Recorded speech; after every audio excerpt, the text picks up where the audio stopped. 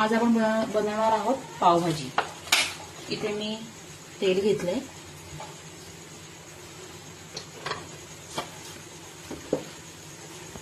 त्यात थोडं टाकायचं आपण हिंग,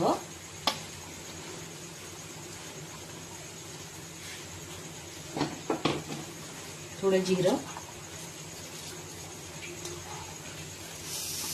इथे आपल्याला तर जिरं तडतडलंय चांगलं, तर आपण कांदा टाकूया।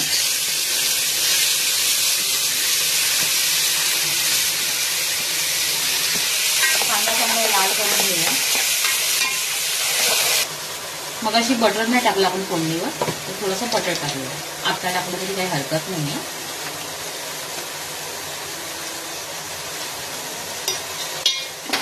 कांदा थोडासा लालसर झालेला, थोडा म्हणजे ट्रान्सलुसंट झालेला। त्यात आपण टाकूया आता आलं लसूण पेस्ट, आलं लसूण कोथिंबीरची पेस्ट। थोडी मस्त की झणकेदार पावभाजी करूया, आपल्या गिरगाव चौपाटीला मिळते तशी।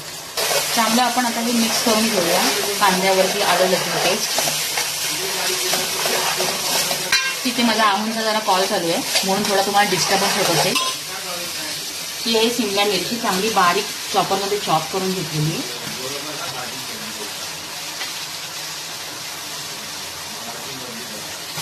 ही पण चांगली आता एकदम जरा स्टर करून घ्या, चांगलं मिक्स करून घ्या। शिमला मिरची थोडी कच्ची चांगली लागते, असं काही हे नाही। पण हा काय आलं लसूणचा वास येतो मस्त एकदम। आता आपण ह्याच्यात टाकूया टोमॅटोची हे एकदम बारीक चॉप करून घेतलाय, जसं मगाशी बोलतो चॉपर मध्ये। चांगलं मिक्स करून घ्या। आता आपण त्यात टाकणार आहोत हळद,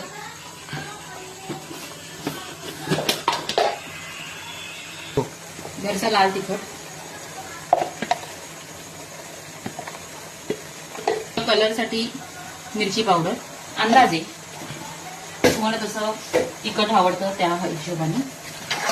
चांगलं मिक्स करून घ्या।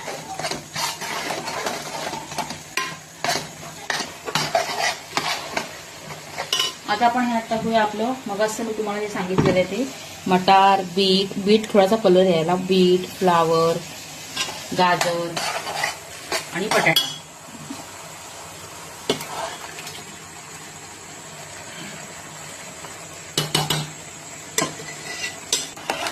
थोडीशी आपल्याला जेवढी कन्सिस्टन्सी हवी आहे ना, त्या हिशोबाने आपण थोडं पाणी टाकायचंय गरम।